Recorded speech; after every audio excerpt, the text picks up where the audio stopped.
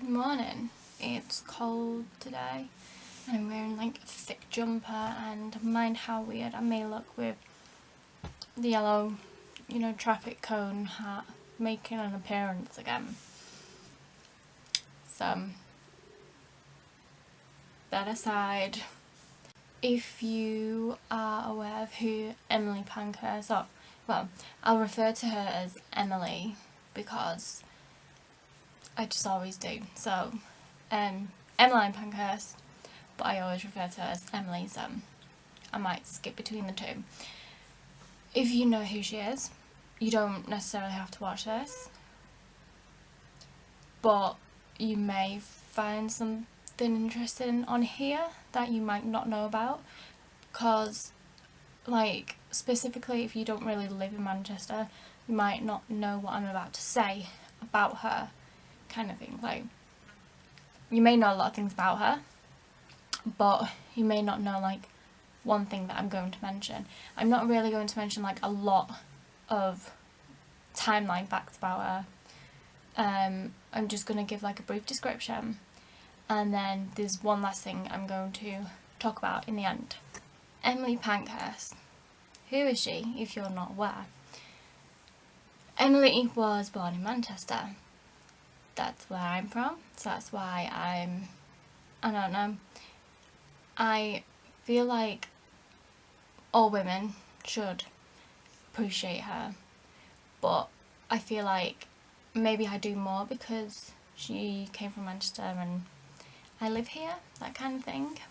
So you may have heard her name before, and why, if you've heard of the suffragettes and you don't know much about that either, or who the leader was, should I say. So Emmeline Pankhurst was famous, or still is famous, for being the leader of the suffragettes. She was arrested on numerous occasions. She decided to go on hunger strike because of the way that they was treating her, the way that women were being treated. It was all about equal votes. So the suffragettes decided to take on different ways of, we have riots, they take on marches, riots, stuff like that. So she went on hunger strike, which force feeding led on to her getting force fed while she was being locked up. Because of her and the rest of the suffragettes' actions, in 1918 the Representation of the People Act gave voting rights to women over 30. Before this, before the suffragettes, before Emily, no woman had the right to vote. So her and the suffragettes were able to give women this right to vote. So that was just women over 30 in 1918, 100 years ago. But we vote under 30. I'm under 30 and I started voting when I was younger. Did I say over 30? I'm under 30 and I started voting when I was younger. So how did that come about? Her and the suffragettes carried on working for this, and women were granted equal voting rights to men just after she died in 1928.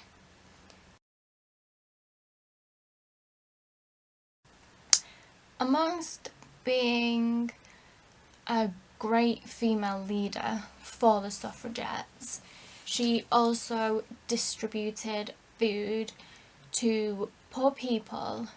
She also established an adoption home for babies of single mothers.